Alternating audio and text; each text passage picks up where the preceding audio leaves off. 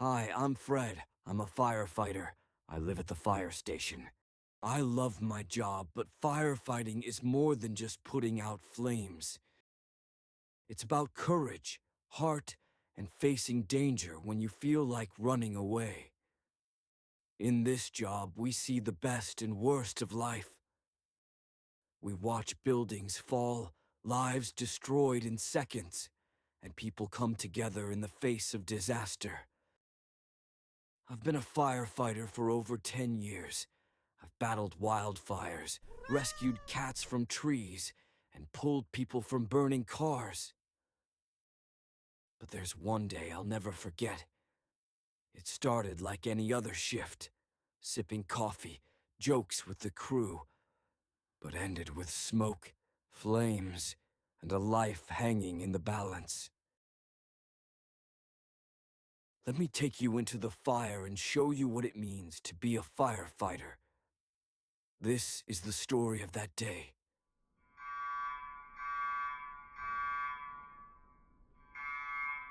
The sound of the fire alarm never gets old. Even after 10 years on the job, every time it goes off, my heart pounds like I'm hearing it for the first time.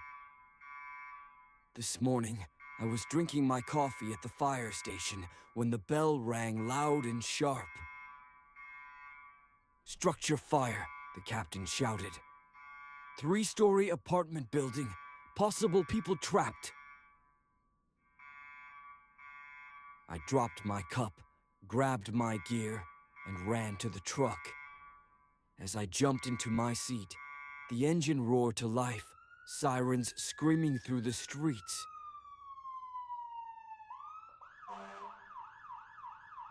The whole city seemed to blur past us. Red lights, honking horns, and the smell of fire were already in the air. I pulled on my mask and checked my oxygen. We were ready. When we arrived, flames flickered out of the windows on the second floor. Thick black smoke poured out like a volcano. People stood outside, some crying, others shouting. A woman ran up to me. "My daughter's inside," she cried. "Third floor, please." I looked at her face, full of terror. Her hands were shaking. My gut twisted. I knew what I had to do. "We'll find her," I said. I meant it. We rushed into the burning building. Hot smoke wrapped around us, thick and choking. I couldn't see more than a few feet. I held my axe tight and followed my partner Jason up the stairs. Each step creaked and moaned, like it might give out. The air was so hot, it burned my skin, even under the gear. On the third floor, the hallway was a tunnel of smoke and fire. We checked room after room, nothing but empty beds, broken glass, and melting toys. Then, through the roar of flames, I heard something, a cough. We turned left, kicked open the next door, and there she was, a girl, maybe in her teens, huddled in the corner of the room, coughing and crying. Her cheeks were red from the heat. Jason went for her, but part of the ceiling came crashing down between us. Flames burst into the room. "I'll go," I shouted. I lunged through the fire. My coat sizzled. I scooped the girl into my arms. She looked up at me with watery eyes, too scared to speak. "Hold on," I said. "I've got you." We couldn't go back through the hallway. There was just too much fire. Jason radioed the others. "We need help. We're trapped on the third floor, east side." I read you loud and clear on command. 10-4. I looked out the broken window. We were too high to jump. But then I saw the ladder truck pulling up below. A firefighter raised the ladder up to the window. I told the girl to climb out onto the windowsill. The fire roared behind me. With one hand gripping my arm, the other holding the ladder, she climbed down. Then Jason and I followed her. It was the longest climb of my life. Step by step, we made our way down. The ladder swayed slightly in the smoke. I could hear wood cracking above me. Just as we reached the bottom, the roof gave way with a terrible crash. We made it, barely. I handed the girl to a medic. She was safe. That was all that mattered.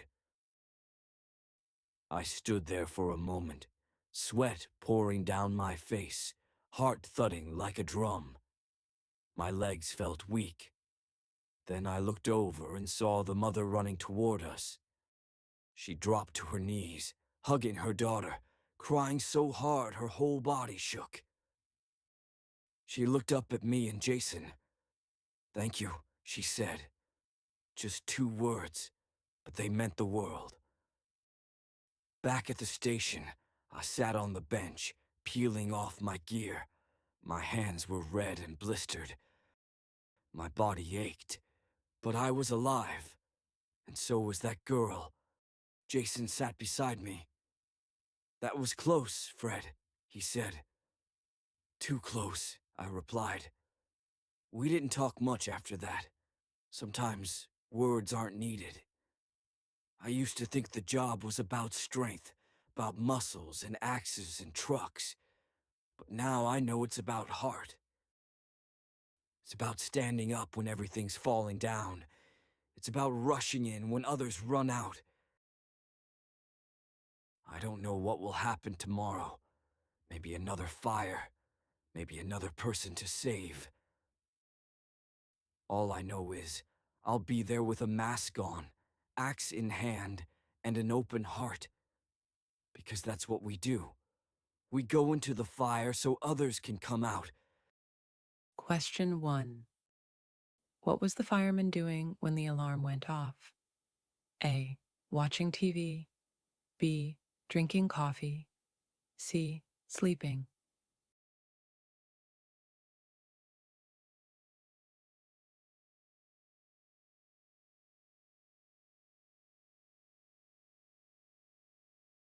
Two. What kind of building was on fire? A. A school. B. A hospital. C. A 3-story apartment building.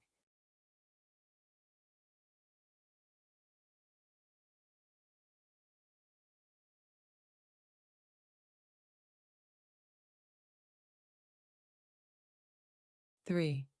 Who told Fred that her daughter was trapped inside? A. A worried mother. B. A neighbor. C. A police officer.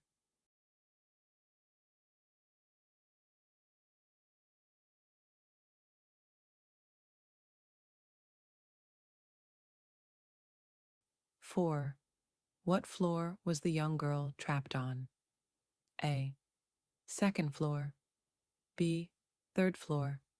C. First floor.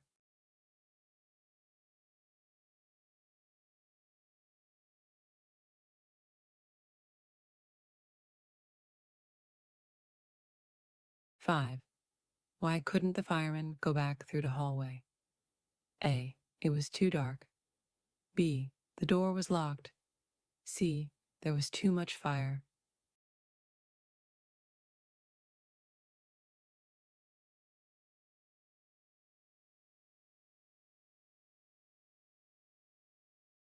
Six. How did the fireman escape with the girl? A. By climbing down a ladder. B. Through the roof. C. Through a hole in the floor.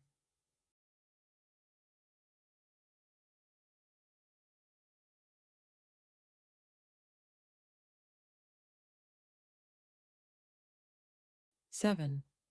What happened right after they got down the ladder? A. The fire went out. B. The roof collapsed. C. The truck ran out of water.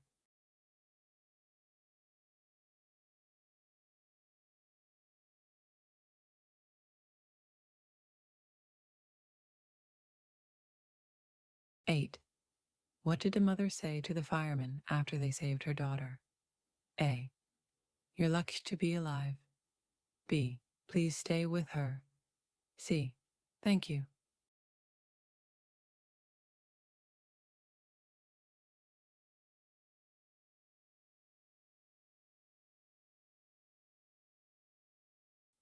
Nine. How many years had Fred been a firefighter? A. Over 2 years. B. Over 10 years. C. 20 years.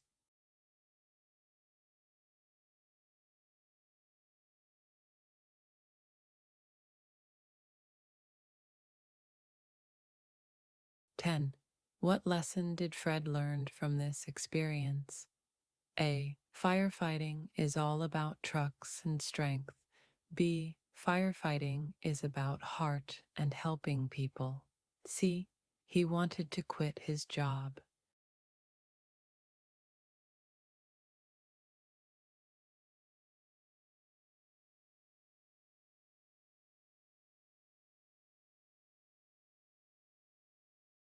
Thanks for watching. Remember to like and subscribe.